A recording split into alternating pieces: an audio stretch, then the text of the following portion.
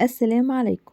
هنعمل النهاردة الكنافة بالكريمة بطعم لا يقاوم، المقرمشة وفي نفس الوقت دايبة، وأقولك كمان على سر الكريمة اللي عليها بطعم مميز جدا، وإن شاء الله هتعتمديها عندك للشهر الفضيل بإذن الله.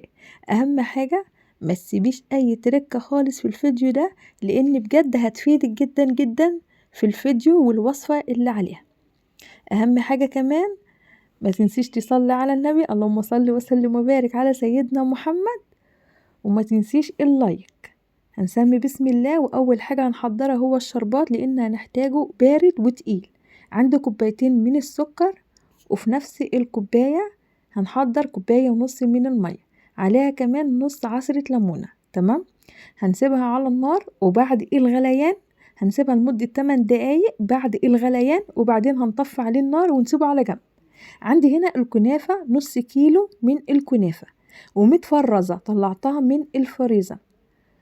هقطعها بالشكل اللي انتوا شايفينه ده، واهم حاجة وانتي بتقطعيها لو لقيتي فيها اي حتت كده كتل او حتت ناشفة اللي احنا بنشوفها في اي كنافة طبيعي، بنستبعدها وبنشيلها.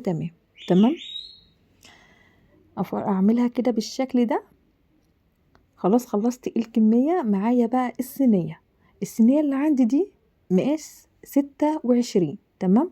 دهنتها كويس بالسمنة زي ما انتوا شايفين كده، وابتدي ان انا اخد الكنافة اللي انا قطعتها، وابتدي ان انا اوزعها بالشكل ده. لما تيجي توزعيها قبل ما تحط عليها السمنة بتتوزع معاكي بكل سهولة.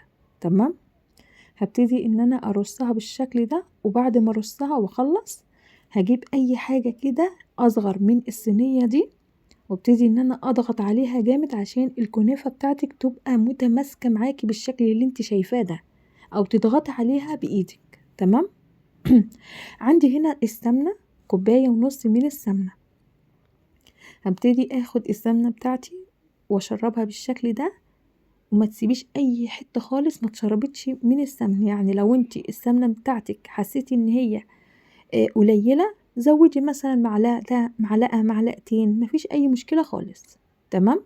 كوباية ونص من السمنة بالظبط يعني. هنتكلم عن الفرن. هتدخل على درجة حرارة 170، والفرن يكون مولوع قبلها ب5 دقايق. يعني هتخش على فرن سخن على درجة حرارة 170. تمام. هتقعد معاكي من 30 ل35 دقيقة، وبعدين هتولع عليها الشواية تاخد معاكي لون حلو كده. تمام. وأول ما تطلع على طول هنسقيها بالشربات البارد. شايفين ما شاء الله هي خدت كمية الشربات كلها. شايفين الشربات بيتشرب بسرعة كمان ازاي؟ لأن هي خدت التسوية بتاعتها المظبوطة. خلاص كده اتشربت بالشربات. تعالوا بقى نتكلم عن الكريمة. عندي هنا بالظبط 4 كوبايات من اللبن، يعني بالظبط قد ايه 800 جرام من اللبن او الحليب. تمام. نزلت كده دي ربع كوباية اهي خلاص. وبعد ما نزلت بربع كوباية عندي كمان على كل كوباية معلقة كبيرة هرمية من السكر. احط كده بالظبط 4 معالق بالظبط هرميين من السكر، ودوقيها لو احتاجتي ان هي محتاجة معلقة كمان من السكر زودي. عندي كمان 3 معالق هرميين من النشا، ادي معلقة و3 اهي، 3 معالق بالظبط من النشا. عندي كمان معلقة كمان من الدقيق، معلقة هرمية كده من الدقيق، معلقتين كمان من الكريم الجانتي. طب انا لو ما عنديش كريم جانتي اعمل ايه؟ استبعتيه. تمام. وحط كده معلقة صغيرة من الزبدة او السمنة، بتديها طعم حلو جدا. طبعا بقى هنقلب المكونات دي كلها على البارد الاول لحد ما المكونات بتاعتي الاقيها كلها خلاص دابت كويس جدا. تعالوا بقى نحطها على النار وسط، وما نشيلش ايدينا من على النار يا جماعة. اهم حاجة واحنا حاطينها على النار ما نشيلش ايدينا، لازم نقلبها كويس جدا. شايفين ما شاء الله السمك المظبوط اهو؟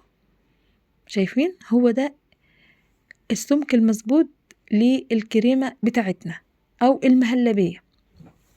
واول ما تبتدي ان هي تعمل فقاعات او تغلي بالشكل ده، انا كده اتأكدت ان الكريمة بتاعتي او النشا استوى معايا تمام. اهم حاجة النشا بتاعك يكون مستوي. هنزل بيها كده على الكنافة. شايفين ما شاء الله السمك بتاعها عامل ازاي؟ وبعد ما تنزلي بيها كده امسكي الصينية وهزيها كده بالشكل ده، هتلاقيها معاكي اتظبطت كويس جدا. تمام. عندي هنا معلقتين سيحتهم، معلقتين كبار كده من السمنة، وهجيب الفرشة بتاعتي وابتدي ان انا امشي بيهم كده من فوق. طب انا لو مش عايزة احط عليها سمنة خلاص مفيش اي مشكلة، ممكن تجيب اي، يعني ممكن لو سكر تحطيهم كده من فوق هيكرمل معاكي، يعني حطيهم كده من فوق. هتدخل بقى على الشواية، هنحطها على الشواية لمدة كام دقيقة، يعني ما نحطهاش في الشواية كده وننساها عشان ما تتحرقش معاكي. وهتطلع باللون الجميل اللي انت شايفاه ده. شايفين كده حاجة كده ما شاء الله. هقطع لكم حتة وانتوا بقى اللي هتشوفوا اللون الخطير، حاجة كده ما شاء الله. لو وصلتي هنا لحد هنا يا قمر ما تنسيش تعمل لايك واشتراك للقناة عشان يوصلك كل جديد بإذن الله. شايفين متماسكة ازاي؟ حاجة كده ما شاء الله. الكنافة متماسكة واخدة لون حلو جدا جدا من فوق ومن تحت، والكريمة حلوة مظبوطة، عشان احنا عملنا الحاجة والتركات صح. امشي على كل التركات وان شاء الله تطلع من ايدك زي العسل. قطعت حتة، انا عايزة اقول لكم ان كل ما اقطع حتة مش ملحقة من كتر طعمها وجمالها ولادي مش مستحملين والله العظيم. شايفين انا قطعت لكم حتة تانية عشان عايزة اوريكم حاجة هنا عملتها بالشوكة كده فروتها عشان عايزة اقول لكم. شايفين اللون؟ شايفين اللون والحاجة الخطيرة دي؟ يلا اشوفكم على خير، مع السلامة.